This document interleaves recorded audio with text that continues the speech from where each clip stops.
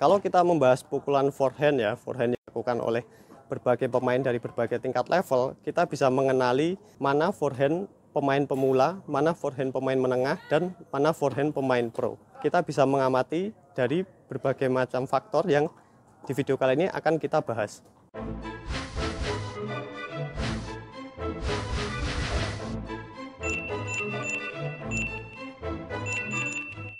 Ketika seseorang masih melakukan pukulan forehand dengan level pemula, biasanya mereka belum melibatkan banyak otot di tubuh mereka.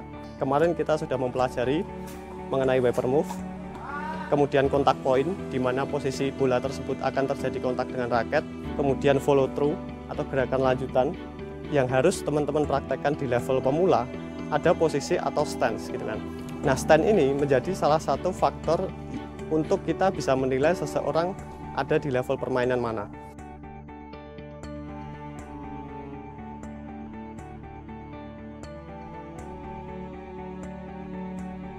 Kalau kita membahas pukulan forehand ya, hampir sebagian besar kita harus memastikan bahwa kaki kiri kita itu ada di depan dan kaki kanan kita ada di belakang. Misalnya salah satu video slow motion pukulan forehand dari Roger Federer ini ya.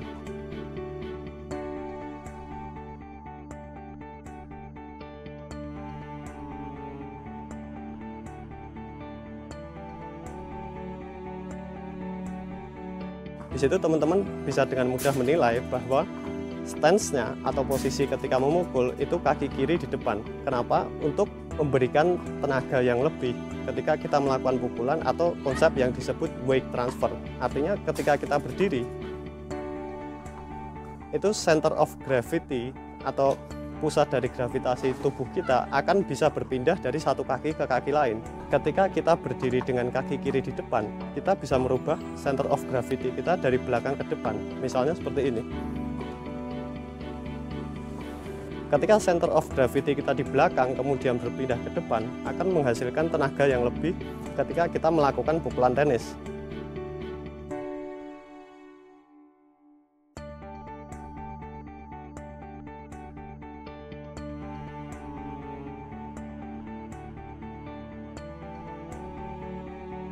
Dan konsep itu harus dipahami untuk teman-teman bisa meningkatkan level ke level yang lebih advance lagi ketika bermain tenis.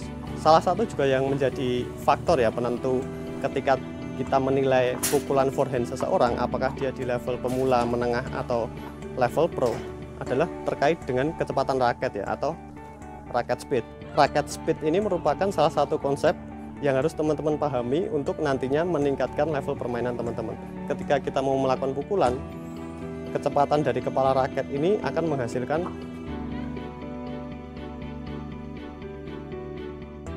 menghasilkan power atau tenaga yang cukup besar ketika kita menambah kecepatannya.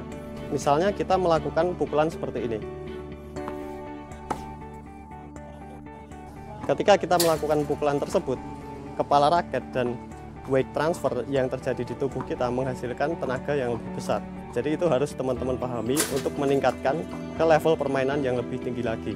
Nantinya di level yang lebih tinggi lagi, di level pro, teman-teman akan melakukan sebuah gerakan yang berhubungan dengan pernafasan ya. Itu tadi sekilas mengenai pukulan forehand untuk meningkatkan level permainan teman-teman, hubungannya dengan weight transfer dan racket speed ya. Semoga informasinya bisa bermanfaat.